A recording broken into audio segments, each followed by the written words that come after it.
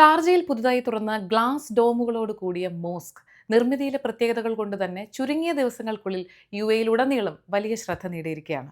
Sharjah ദെയ്ദ് പ്രദേശത്ത് ഈ കഴിഞ്ഞ ദിവസം 2026 ഫെബ്രുവരി 17 തീയതി ചൊവ്വാഴ്ചയാണ് ഷാർജ ഡെപ്യൂട്ടി റൂളർ ഈ മനോഹരമായ പള്ളി ഉദ്ഘാടനം ചെയ്തത്.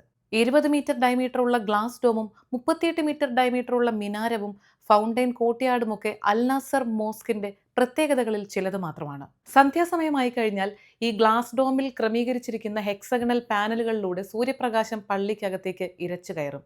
നേരം ഇരുട്ടിക്കഴിഞ്ഞാൽ പള്ളിക്കകത്ത് മുഴുവൻ ലൈറ്റുകൾ തെളിയും. പ്രകാശപൂരിതമായ ആ ഒരു അന്തരീക്ഷത്തിൽ പ്രാർത്ഥനയിൽ മുഴുകിയിരിക്കുന്നത് ഈ വിശുദ്ധ റമളാൻ മാസത്തിൽ പറഞ്ഞറിയിക്കാൻ കഴിയാത്ത അനിർവചനീയമായൊരു അനുഭൂതിയാണെന്നാണ് വിശ്വാസികൾ അഭിപ്രായപ്പെടുന്നത്. പുണ്യ റമളാൻ മാസത്തിൽ യുഎയിൽ അബുദാബിയിലെയും ദുബായിലെയും ഒക്കെ പാർക്കിംഗ് ക്രമീകരണത്തെക്കുറിച്ച് നമ്മൾ മുൻപും സൂചിപ്പിച്ചതാണ്. ഇതിനോടനുബന്ധിച്ച് പല ആളുകളും ചോദിച്ചൊരു കാര്യമാണ് അജ്മാനിൽ വന്നിരിക്കുന്ന മാറ്റം എന്താണെന്ന്.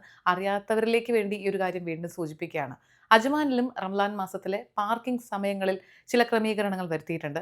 പ്രധാനമായി 2 ഷിഫ്റ്റുകളിലായിട്ടാണ് പാർക്കിംഗ് ഫീസ് ഈടാക്കുന്നത്.